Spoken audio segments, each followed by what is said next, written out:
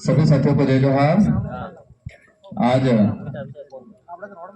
सागवाड़ा विधानसभा और बांसवाड़ा डूंगरपुर लोकसभा संसदीय क्षेत्र के पाडलिया और ओबरी और पड़ोसी ग्राम पंचायत से पहुंचे हुए ग्रामीण जन हमारे बीच में सरपंच साहब, पूर्व सरपंच साहब रमेश जी, पूर्व जिला प्रमुख राजमल जी, हमारे पाल लंगरवाड़ा के गमेती साहब और हमारे भाई जो पूर्व में कांग्रेस और बीजेपी में कहीं न कहीं थे और आज भारत आदिवासी पार्टी में कंधा से कंधा मिलाकर काम करने के लिए इनकी स्वेच्छा से आए, उनको तहे दिल से मेरी ओर से स्वागत अभिनंदन करना चाहूंगा। हमारी माताएं बहनें, नारी शक्ति, युवा साथी, वडील, आप सबने आज यहाँ पर आमंत्रित करके जो मान सम्मान दिया और आप सबके मन में एक आशा है कि ये विचारधारा, ये आदमी कुछ अच्छा करेगा। आपके मन में कहीं न कहीं विश्वास भी है, क्योंकि मुझे 84 की जनता ने 5 साल आजमाया, 2018 में जिताया था और 5 साल आजमाया और आजमाने के बाद एक राजस्थान का सबसे बड़ी जीत देकर मुझे 2023 में वापस विधायक बनाया था। राजस्थान में 200 विधायक हैं और 200 में से परसेंटेज के मामले में अगर बात करें, सबसे हाईएस्ट वोट 84 से अपन ने लीड ली थी। संख्या के मामले में, नंबर के मामले में अगर बात करें तो दिया कुमारी, क्योंकि वहां पर 4 लाख के आसपास वोट था, अपने 28 लाख वोटों में से ये लीड रही थी। मेरी उम्र ज्यादा नहीं है, मुझे अनुभव भी ज्यादा नहीं है, थोड़ी बहुत पढ़ाई भी कर रखी है, अनुभव भी। कहते हैं कि जिंदगी में ठोकरें खाते हैं, एक दूसरे से मिलते हैं, टकराते हैं, तो हर टकरावट से सीखने मिलता है, हर आदमी से कुछ सीखने मिलता है। भले सामने वाला आदमी अच्छा हो या बुरा हो, वो बात अलग है, लेकिन सीखने वाला बुरे आदमी से भी सीख सकता है। 50 साल का आदमी 5 साल के बच्चे से भी सीख सकता है, और मैंने वही काम किया। और आज आप सब मुझे बांसवाड़ा और डूंगरपुर दोनों जिलों का लोकसभा जो है अपने, उस लोकसभा के सांसद के रूप में मुझे देखना चाहते हो, वो मेरे लिए बहुत बड़ी बात है। आप सब ने कहीं न कहीं विश्वास कर रहे हो, आप सबके अंदर एक आशा है कि कुछ अच्छा होगा, और मैं आपको आश्वस्त दिलाता हूं कि बहुत कुछ परिवर्तन लाएंगे, सरकार किसी की भी बने दिल्ली में, हमारे क्षेत्र के लिए, हमारे समाज के लिए, और हमसे जुड़ा हुआ किसी भी वर्ग का भाई होगा जो हमसे जुड़ा रह रहा है, उन सारे लोगों के लिए कुछ अच्छा काम करेंगे। आज हमारे वडील भी बता रहे थे, दुखी हैं, क्योंकि हम खुद अपन सब कहीं न कहीं, बीजेपी बाद में आई, आजादी के बाद से कांग्रेस का राज था, तो कई लोगों के अपने सबके कहीं न कहीं बाप दादा कांग्रेस में थे और इतना भरोसा करते थे। कांग्रेस ने यहां से लीडर तैयार किए। हम बाकी किसी की बात नहीं करें, लेकिन जिला प्रमुख वाले चुनाव में जो हुआ, जिला प्रमुख वाले जो चुनाव हुए, चुनाव में हमने देखा कि आम जनता ने तो कांग्रेस के नाम से वोट दिया, और जो कांग्रेस बीजेपी से लड़ रही थी, इससे 4 महीने, जिला प्रमुख चुनाव के 3-4 महीने पहले ही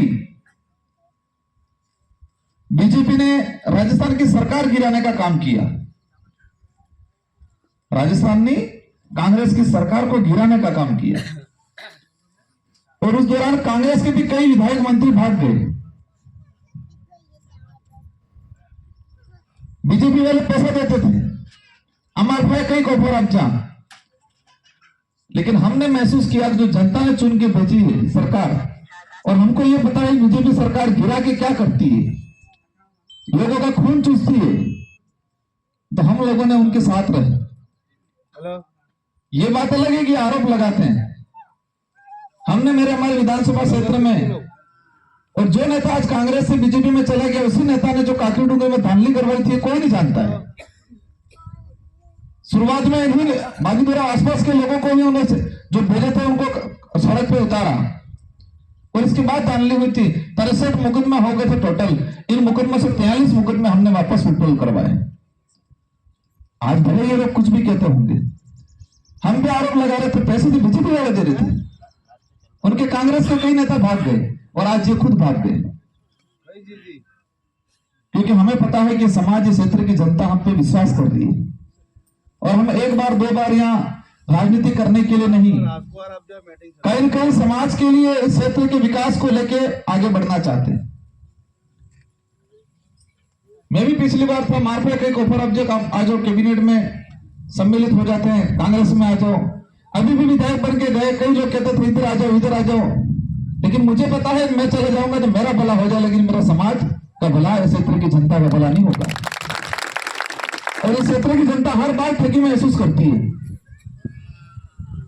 हर बार कहीं न कहीं ठगा हुआ महसूस करती है।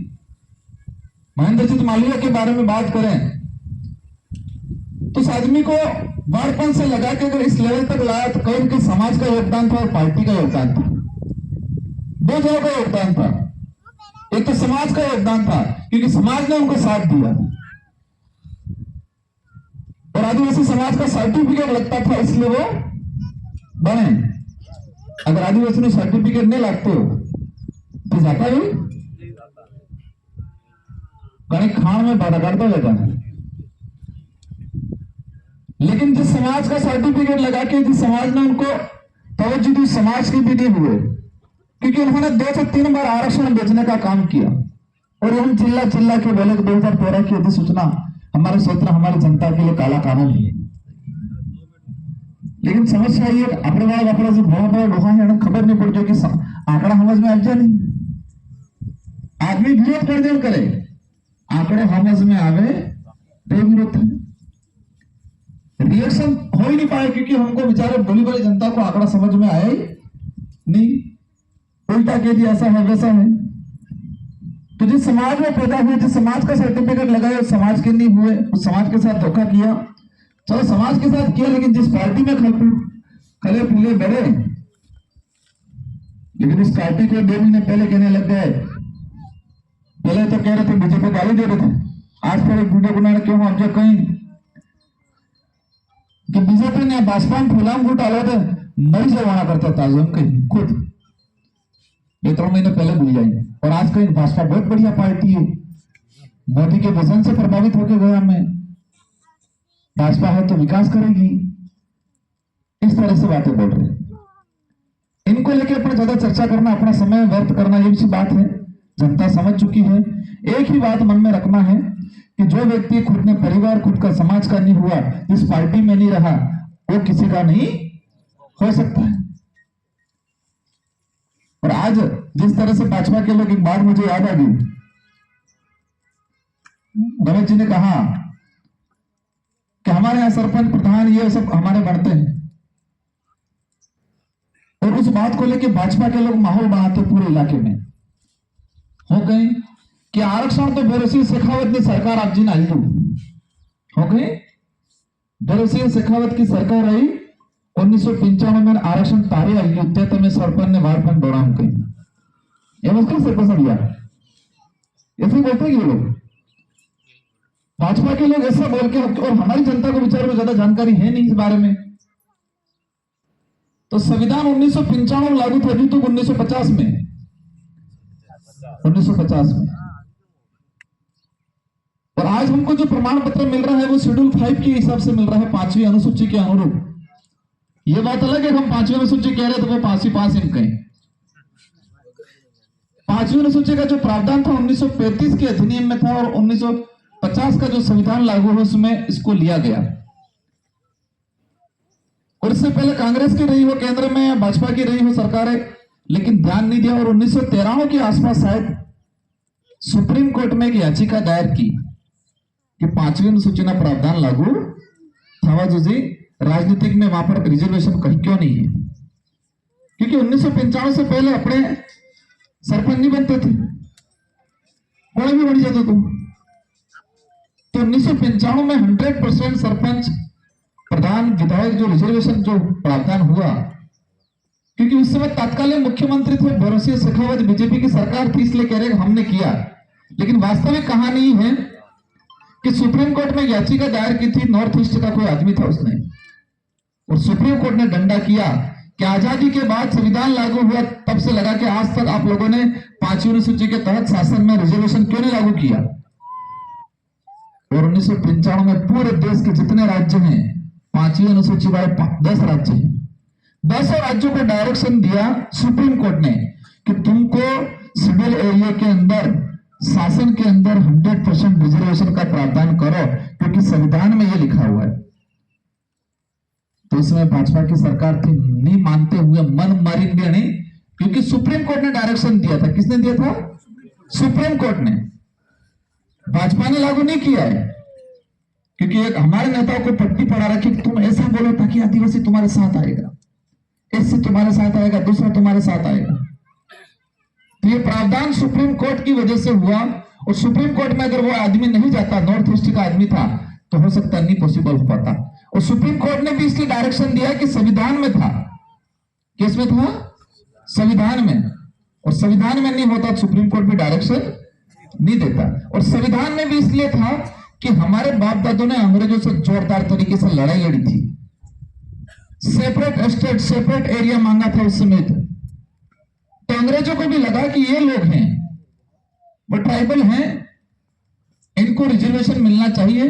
तो 5वीं अनुसूची का प्रावधान 1935 में करके गए थे हल्का सा। तो 1950 में जयपाल सिंह मुंडा ने इस बात के लिए लड़ाई लड़ी, तो संविधान में इसको लिया गया। तो आज से मળી रही किने वजह था कि मળી रही है सहारो सुप्रीम कोर्ट ने रेजो, सहारो संविधान नो रेजो। लेकिन मूल कारण हो शुरुआत की थी कि था जी આપણે ડોહાને બલિદાન થી કે था जी। आज जी प्रमाण पत्र મળે આપણને, आज જે આપણે સરપંચ હપ્તા બની રહી છે, પ્રધાન બની રહી છે, એમએલએ બની રહી છે, ઈ 1995 के बाद प्रावधान था जो तीनों के भाजपा ने नहीं किया, सुप्रीम कोर्ट ने डायरेक्शन दिया। सुप्रीम कोर्ट ने स्ट्रिक्टली डायरेक्शन दिया था उस समय 2 महीनों के अंदर किसी भी कंडीशन में।